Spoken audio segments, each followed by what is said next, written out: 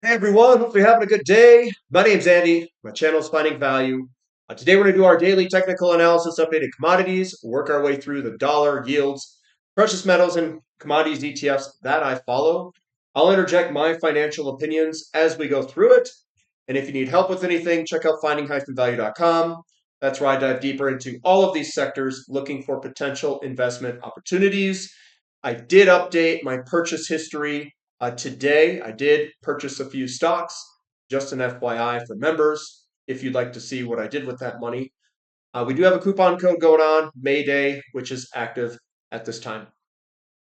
Let's dive in. Let's take a look, see what's going on today. We've got the DXY lower today, quite a bit lower, down 0.41%. We are back to what could be considered support here in this channel going sideways. So we've come on down, and now we have to see if it holds. Uh, and we'll go from there. But weaker yields generally lead to a weaker dollar because the monetary strength and weakness between currencies are determined by that monetary strength of yields for the currencies that are being backed by them. So, an increasing interest rate environment, if a currency has a faster increasing interest rate than another currency, generally you'll see that in the strength of the currency. So, right now we're starting to see the dollar drop. That still looks to be the overall trend on the longer term basis. And we are trying to find support here in the short term if it finds support. Yields have dropped today, down 0.59% today on the 2-year yield. And we've been, again, momentum is lower. And that could continue. We'll watch it as we go. And this is foreshadowing a lower interest rate environment and that the Fed funds rate will be lowered. And we're probably going to go back to this box that I have here. Somewhere in that region is where interest rates will probably bottom. The 10-year yield down about 1% today, looking pretty weak, feeling weak. And the trend is lower. That has a clear breakout to the downside and has been trending lower after this trend break. The 30-year also getting sold off the most today out of the three, down 1.28%, looking pretty bearish here. And that trend looks like that's going to continue lower for the 30-year yield. There's the long term there. Broken down trend to the upside, but short term, we have a counter move, which is going to be the retest move, probably 2.5%-ish area is where we'll end up at some point. TYX TNX ratio, this is the ratio that I look at. It did invert a little bit as that 30-year yield fell more than the 10-year yield. But the trend is still higher for this ratio, which is good for precious metals, specifically gold, coming from a very low point where I think we could go quite a bit further to the upside, which means that the curve could uninvert quite a bit. TLT bond price was heading higher. We've broken that downtrend. The trend is up. Lower yields, higher bond prices. And that looks good to continue to the upside. We've got the 2 and 10 yield curve, which was slightly higher today. But we are around that 1-to-1 relationship with the 2-year and 10-year are almost equal. We're just below that. So the yield curve has uninverted, and that could uninvert further. We'll have to watch it. Gold down barely, sideways is what I'd call it. Still looks really good to go higher. That is not a reversal candlestick. I call it a bloody nose. Just a small little down day. It was down 0.01%. Continuation higher, I think, with time.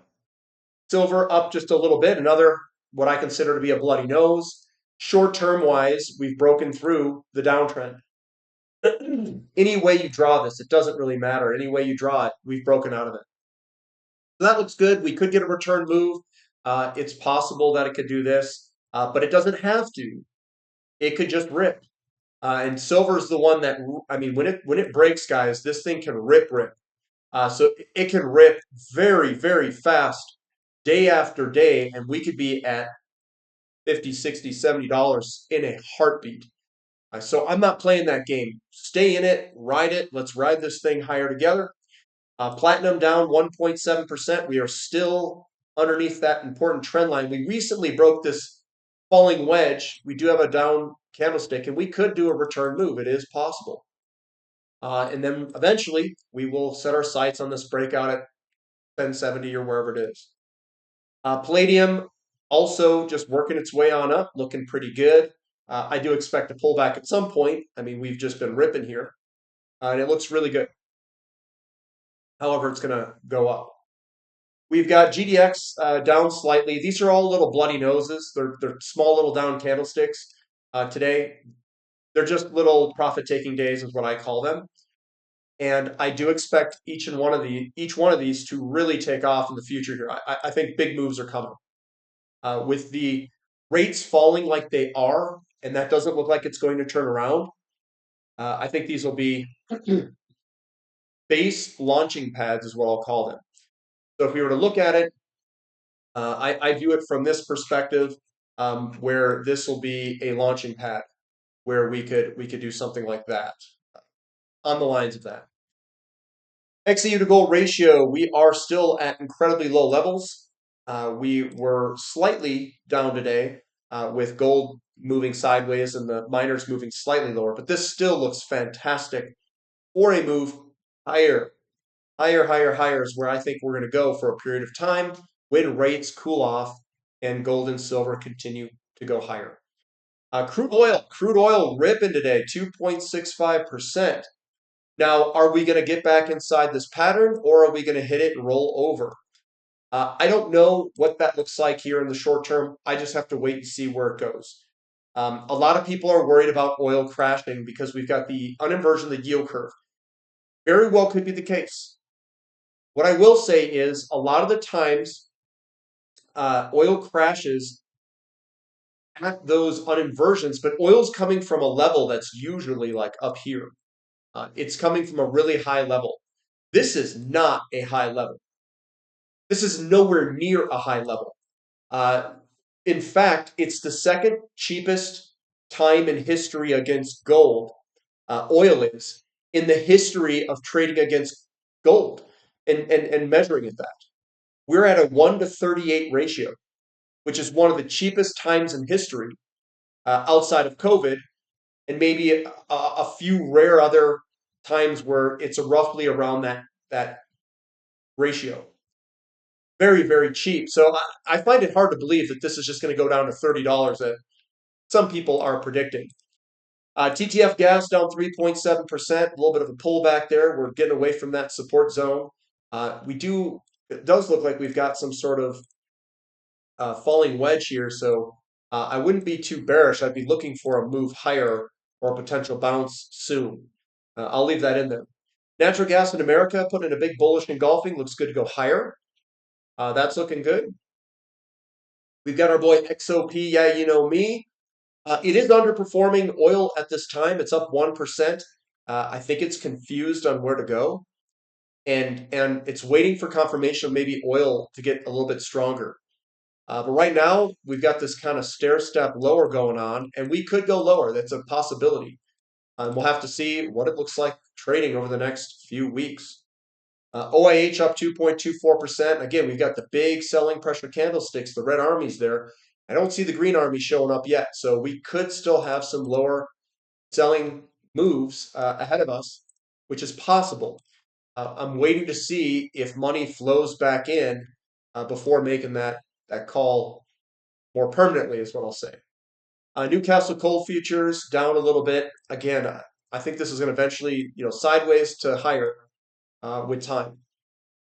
Crop Physical Uranium Trust up 3%, looking really good here for a potential downtrend break if we can get it. And if we get it, great, we could go into a new uptrend. And all those negative sentiment around uranium could change. We've got uranium futures pricing still basically trading sideways here, right at the tip.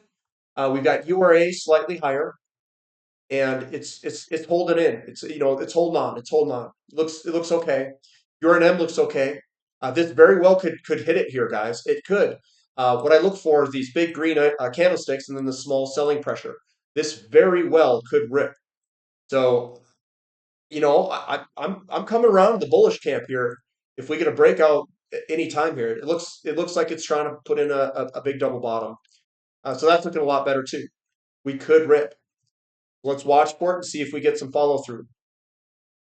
Copper up a little bit. That still looks pretty good. Downtrend line is for the most part broken. I could also squeeze this up like this.